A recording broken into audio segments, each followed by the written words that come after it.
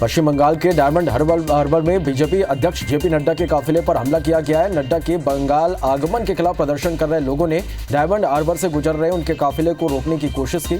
इसी दौरान पथराव किया गया। काफिले में शामिल पार्टी महासचिव कैलाश विजयवर्गीय की गाड़ी का शीशा भी टूट गया, वो बाल बाल बचे। पार्टी महासचिव कैलाश विजयवर्गीय हमले में बाल बाल बचे। उन्होंने इस घटना का वीडियो भी जारी किया। विजयवर्गीय ने कहा कि मैं इस हमले में घायल हुआ हूं। पुलिस की मौजूदगी में गुंडों ने हम पर हमला किया। ऐसा लगा जैसे हम अपने देश में नहीं हैं। केंद्र सरकार ने बीजेपी अध्यक्ष जेपी नड्डा के पश्चिम बंगाल दौरे के समय कथित गंभीर सुरक्षा खामियों को लेकर राज्य सरकार से रिपोर्ट तलब की है। केंद्रीय गृह मंत्रालय की ओर से यह रिपोर्ट पश्चिम बंगाल सरकार से मांगी गई है। जेपी नड्डा के काफिले पर तृणमूल समर्थकों ने पथराव कर दिया। राज्य की मुख्यमंत्री ममता बनर्जी ने तंज कसते हुए कहा कि यहाँ कभी गृह मंत्री होते हैं तो कभी चड्डा नड्डा फड्डा और भड्डा। जब उन्हें ऑडियंस नहीं मिलती तो वे अपने कार्यकर्ताओं से ऐसे नौटंकियां करवाते हैं। ममता के बयान पर पलटवार करते हुए जेपी नड्डा ने कहा कि ये उनके संस्कारों के बारे में बताता है, ये बंगाल का कल्चर नहीं है। उन्होंने कहा कि हमारे प्रधानमंत्री कहते हैं कि बंगाल की भाषा सुंदर है, बंगाल की संस्कृति सबसे सुंदर है। ममता जी जिस शब्दावली का प्रयोग करती हैं वह बताता है कि उन्होंने बंगाल को समझा ही नहीं है। इंदौर विधायक आकाश विजयवर्गीय ने ममता बनर्जी के भतीजे अभिषेक बनर्जी के बयान पर पलटवार किया। आकाश ने ममता बनर्जी के भतीजे अभिषेक पर आरोप लगाते हुए कहा, बीजेपी को रोकने बांग्लादेशी गुंडों की फौज तैयार की है। अभिषेक बनर्जी गुंडों की फौज को नेतृत्व करते हैं। पश्चिम बंगाल में रेत से लेकर तमाम अवैध कारोबार चल रहे हैं। बता दें कि अभिषेक ने अपने बयान में आकाश को गुंडा बताया था। ममता जी ने बांग्लादेशी गुंडों की जो फौज तैयार की है, उनके जो भतीजे हैं अभिषेक बनर्जी जी, वो मुख्यतः उसका नेतृत्व भी करते हैं और सारे रेत से लेकर के अन्य जितने भी अवैध काम है महाराष्ट्र बंगाल में, वो उनके द्वारा संचालित किए जाते हैं। प्रधानमंत्री नरेंद्र मोदी ने आज नए संसद भवन की आधारशिला रखी। सर्वधर्म प्रार्थना के तहत संसद भवन की नींव रखने का कार्यक्रम किया गया। नया संसद भवन अगस्त 2020 तक तैयार होगा, जिसमें सभी आधुनिक सुविधाएं होंगी। शिक्षा मंत्री रमेश पोखरियाल निशंक ने सोशल मीडिया के जरिए बोर्ड परीक्षार्थियों से चर्चा की। निशंक ने कहा कि वर्ष 2021 सीबीएसई बोर्ड परीक्षाओं के लिए सीबीएसई पाठ्यक्रम में 30% कम किया गया है। नीट और जेईई की परीक्षा हमने समय पर करवाया।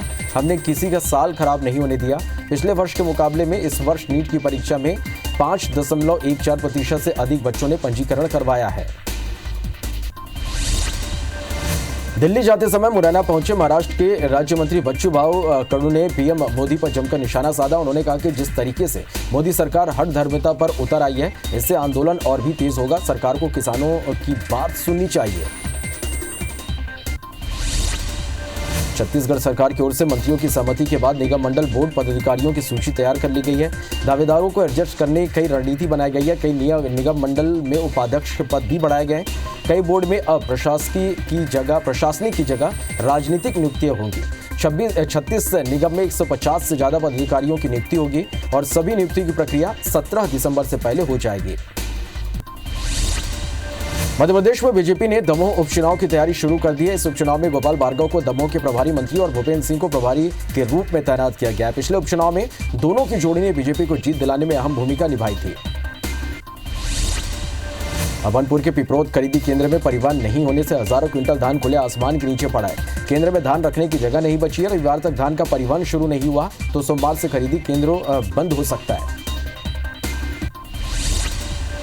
झाबुआ में पीडीएस के अनाज को निजी गोदाम में खाली करते हुए खुद धांधला विधायक ने पकड़ा। जब अनाज को धांधला ब्लॉक के 3 गांव में वितरित किया जाना था, प्रशासन ने पूरे मामले को गंभीरता से लेते हुए गोदाम संचालक समेत 2 लोगों पर कार्रवाई के निर्देश दिए हैं। जबलपुर में जिला प्रशासन ने पनागर तहसील के फूटाताल में 1200 बोरी धान को जब्त किया। प्रशासन का कहना है कि बिचौलिए जब्त धान को समर्थन मूल्य पर बेचने की फिराक में थे। फिलहाल टीम ने अज्ञात आरोपियों के खिलाफ मामला दर्ज कर जांच शुरू कर दी है। पिपरिया में अनुबंध के तहत धान तुलाई नहीं होने पर फॉर्च्यून कंपनी के खिलाफ किसानों ने एसडीएम को ज्ञापन सौंपा, जिस पर एसडीएम उचित कार्रवाई का आश्वासन दिया। कांग्रेस के पूर्व जिलाध्यक्ष पुष्पराज पटेल ने बताया कि फॉर्च्यून कंपनी ने किसानों से अनुबंध किया है और उन्हें बीज और दवाएं भी कंपनी देती है। जो दवाइयां महंगी रेट पर मिलती है, इस पर भी कार्रवाई होनी चाहिए। ग्वालियर एसडीएम ने महाराजपुरा के इंडस्ट्रियल एरिया में निरीक्षण किया। निरीक्षण के दौरान एक फैक्ट्री के अंदर गेहूं में घुन नजर आया। दूसरी ओर मुरार स्थित मिष्ठान भंडार में गंदगी पसरी हुई थी, जिसे देखकर एसडीएम ने दोनों फैक्ट्री को तुरंत कार्रवाई के निर्देश दिए हैं। बड़वानी में सरकारी जमीन पर अवैध कब्जा करके बनाए गए शोरूम पर प्रशासन ने बुलडोजर चलवा दिया। दरअसल यहां शब्बीर हुसैन ने आधा एकड़ सरकारी जमीन पर कब्जा कर फर्नीचर शोरूम खोल दिया था। यह कार्रवाई कलेक्टर के निर्देश पर की गई है। सुप्रीम कोर्ट के आदेश के बाद उज्जैन में जिला प्रशासन ने अतिक्रमण के खिलाफ कार्रवाई शुरू कर दिया। सालों पुराने अतिक्रमण पर नगर निगम ने बुलडोजर चलाया।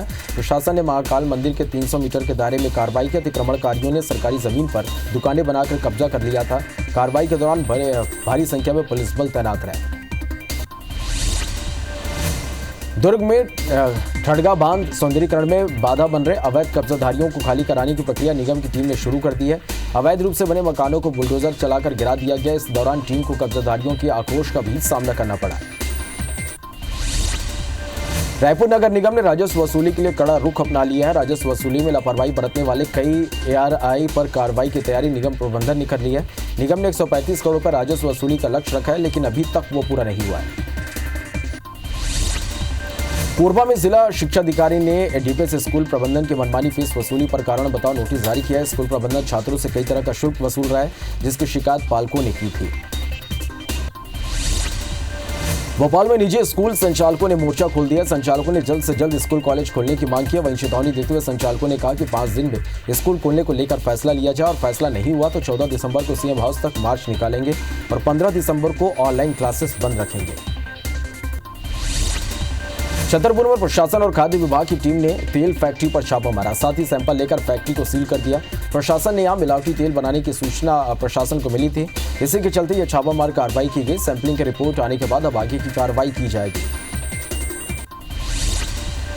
पेंड्रा अमरपुर बाईपास सड़क निर्माण में लापरवाही बरतने पर ठेकेदार को पीडब्ल्यूडी के ईईए के चोरी ने नोटिस जारी किया है। साथ ही परीक्षण में जहां थिकनेस कम पाया गया उसे WMM मटेरियल से अच्छी तरह से कंपैक्शन करते हुए निर्माण करने को कहा गया है। गौरेला पेंड्रा मरवाई जिले में बारदाना जमा नहीं करने पर 3 राशन दुकान संचालकों को महंगा पड़ गया। कलेक्टर ने दुकानों को तत्काल प्रभाव से निलंबित कर दिया। अब इन दुकानों को नजदीक के समूहों को संचालित करने की जिम्मेदारी दी गई है। बिलासपुर जिले में पीएम आवास योजना में हो रही गड़बड़ी और निर्माण में लेट लतीफी को लेकर प्रशासन सख्त हो गया। आवास निर्माण की तीसरी किस्त मिलने के बाद भी जिन हितग्राहियों ने आवास पूरा नहीं किया है उन्हें 1 माह का अल्टीमेटम दिया गया है। तय समय में काम पूरा नहीं करने पर हितग्राहियों को राशि लौटाने के साथ FIR का सामना करना पड़ सकता है। हरदा में एक ठेकेदार ने नगर पालिका अध्यक्ष सुरेंद्र जैन और पार्षदों पर बेटे के साथ मारपीट और भुगतान के बदले 50% कमीशन मांगने का आरोप लगाया। इंसाफ के लिए ठेकेदार ने नंगे पैर नेवावर जाकर जैन मुनि आचार्य विद्यासागर जी महाराज से गुहार लगाने की बात कही। जांजगीर में जिला पंचायत सचिव संघ ने किरारी गांव के पंचायत सचिव से मारपीट करने वालों की जल्द गिरफ्तारी की मांग की है। साथ ही अल्टीमेटम देते हुए कहा कि गिरफ्तारी नहीं होने पर जिले और प्रदेश स्तर पर हड़ताल करेंगे। धमतरी में दूसरे की जमीन में फर्जी दस्तावेज तैयार कर धोखाधड़ी करने वाले फरार आरोपी को पुलिस ने गिरफ्तार कर लिया। इस मामले में आरोपी के पुत्र को पहले ही गिरफ्तार कर जेल भेज दिया गया था, लेकिन मुख्य आरोपी सिकृत दास साहू फरार चल रहा था। बिलासपुर में राज्य महिला आयोग की अध्यक्ष किरणमयी नायक ने महिला अपराध से संबंधित प्रकरणों की सुनवाई की। 2 दिवसीय जन सुनवाई के पहले दिन 20 प्रकरणों की सुनवाई की गई, जिसमें कुछ प्रकरणों में समझौते के साथ निराकरण भी किया गया तो कुछ प्रकरणों में कार्रवाई के लिए पुलिस को निर्देशित किया गया। डबरा में एक युवती को अगवा कर 4 युवकों ने सामूहिक दुष्कर्म किया। इसके बाद हाईवे में उसे छोड़कर फरार हो गए। इस मामले में पुलिस की लापरवाही भी सामने आई है। फरियाद लेकर सिटी थाने पहुंची पीड़िता ने रिपोर्ट नहीं लिखी गई। हालांकि बाद में मीडिया के हस्तक्षेप के बाद पुलिस ने आरोपियों के खिलाफ मामला दर्ज किया। सरगुजा जिले में पूरक परीक्षा देने गई एक छात्रा के साथ छेड़छाड़ करने का मामला सामने आया, जिसके बाद विभाग ने आरोपी शिक्षक को निलंबित कर दिया। साथ ही आरोपी के खिलाफ महिला थाने में छेड़छाड़ का मामला दर्ज किया गया है। स्कूल के कन्या शिक्षक के व्यवहार को लेकर भी शिकायत सामने आई है। मुरैना जिले के सराय छौला थाना क्षेत्र के महचंदपुरा गांव में शादी समारोह में 2 पक्षों के बीच आपसी विवाद को लेकर गोली चली। गोली मायाराम गुर्जर को लगी, जिसे घायल हालत में अस्पताल में भर्ती कराया गया। पुलिस ने रिपोर्ट दर्ज कर जांच शुरू कर दी है। गरियाबंद पुलिस ने कोरबा के कुख्यात आरोपी चन्नी पांडे को नागपुर से गिरफ्तार किया। उसके पास से पिस्टल और एक वाहन बरामद किया गया है। आरोपी ने 10 दिन पहले बारात में एक युवक को फायरिंग कर घायल कर दिया था। पुलिस ने उसे शरण देने वाले 2 लोगों को भी पकड़ा है। जशपुर के बगीचा थाना क्षेत्र में पिता ने अपने ही बेटे की हत्या कर दी। बेटे के रोज रोज शराब पीकर घर में विवाद करने से तंग आकर पिता ने इस घटना का अंजाम दिया। घटना के बाद आरोपी खुद थाने पहुंचा और मामले की जानकारी पुलिस को दी, जिसके बाद पुलिस ने आरोपी को हिरासत में लेकर पूछताछ शुरू कर दी है।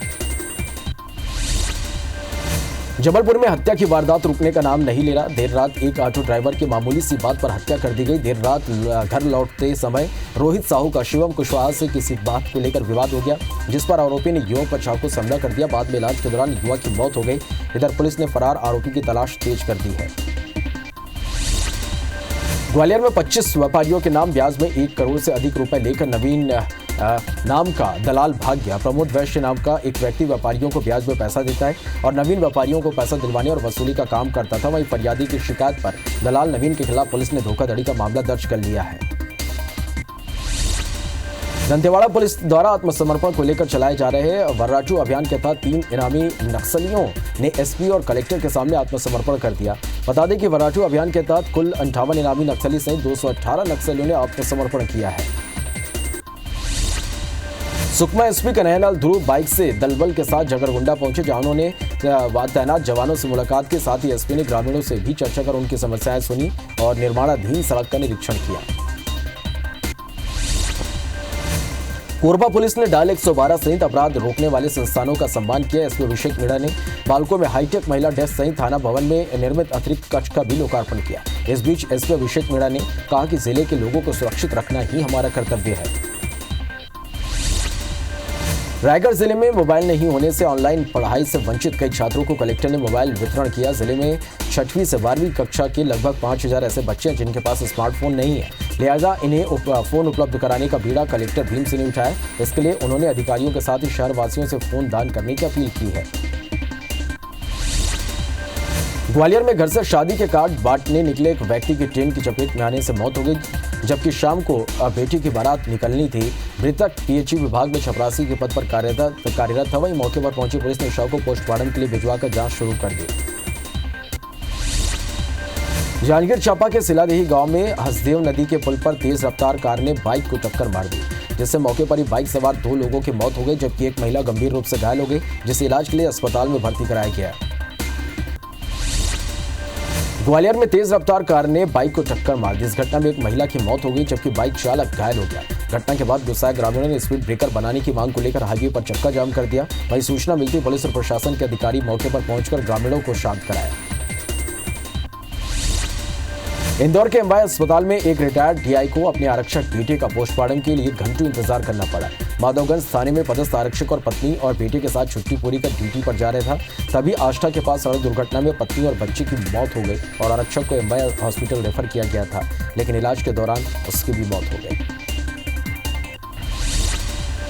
इंदौर के लसूड़िया थाने क्षेत्र में सुने घर को चोरों ने निशाना बनाते हुए लाखों के जेवर और 2 लाख रुपए नकदी लेकर फरार हो गए। परिवार के सभी सदस्य शादी में भोपाल गए हुए थे। फिलहाल पुलिस मामला दर्ज कर अज्ञात चोरों की तलाश में जुट गई है।